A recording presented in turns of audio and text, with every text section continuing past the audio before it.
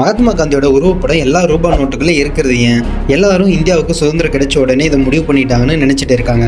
ஆனால் உண்மை என்ன, 1996 தான் நிரந்தரமாக காந்தியோட முகத்தை எல்லா ரூபா நோட்டுகளையும் அச்சடிக்க ஆரம்பிச்சாங்க. காந்தியோட 100வது பிறந்த நாளை சிறப்பிக்கிற விதமாக முதல் முறையாக 1969 தான் அவரோட உருவப்படம் கொண்ட ரூபாய் நோட்டுகள் அச்சடிக்கப்பட்டது. இதை அடுத்து 1987 அவரோட உருவப்படம் கொண்ட 500 ரூபாய் நோட்டுகள் கரன்சியோட வரிசையை அறிமுகப்படுத்தினாங்க. இதுக்கு முன்னாடி அசோகத்தூன், கடம்பன், புலி, செயற்கைகள் போன்றவற்றை தான் அச்சிட்டு இருந்தாங்க. காரணம், விலங்குகள் மற்றும் உயிரற்ற பொருட்களை விட மனித உருவத்துக்கு அச்சிடுவது தான் கடினமா. மகாத்மா காந்தி பிரபலமாகவும் தேசத்தின் தந்தை என்று அழைக்கப்பட்டதாலும் RBI பழைய நோட்டுகளை தவிர்த்துட்டு காந்தியோட உருவம் கொண்ட புதிய நோட்டுகளை அறிமுகம் செஞ்சாங்க. நோட்டுகள்ல இருக்கிற காந்தியோட முகம் 1946 ஃபெட்ரிக் வில்லியம் பெத்திக் லாரன்ஸ் என்கிற பிரிட்டிஷ் அரசியல்வாதியோட சிரிச்சபடி நின்றுட்டு இருக்கப்பட்ட புகைப்படத்திலிருந்து மிரர் இமேஜாக கன்வெர்ட் பண்ணி கட் அவுட் செஞ்சிருக்காங்க. இதுல இன்ட்ரெஸ்டிங்கான விஷயம் என்னன்னா, அந்த போட்டோவை எடுத்த போட்டோகிராஃபரை எவ்வளவு தேடியும் கிடைக்கவே இல்லை. எனக்கு பர்சனலா நேதாஜி சுபாஷ் சந்திர போஸ் மற்றும் அப்துல் கலாம் ஐயோட முகங்களை ரூபா நோட்டில் அச்சிட்டு இருக்கலாம்னு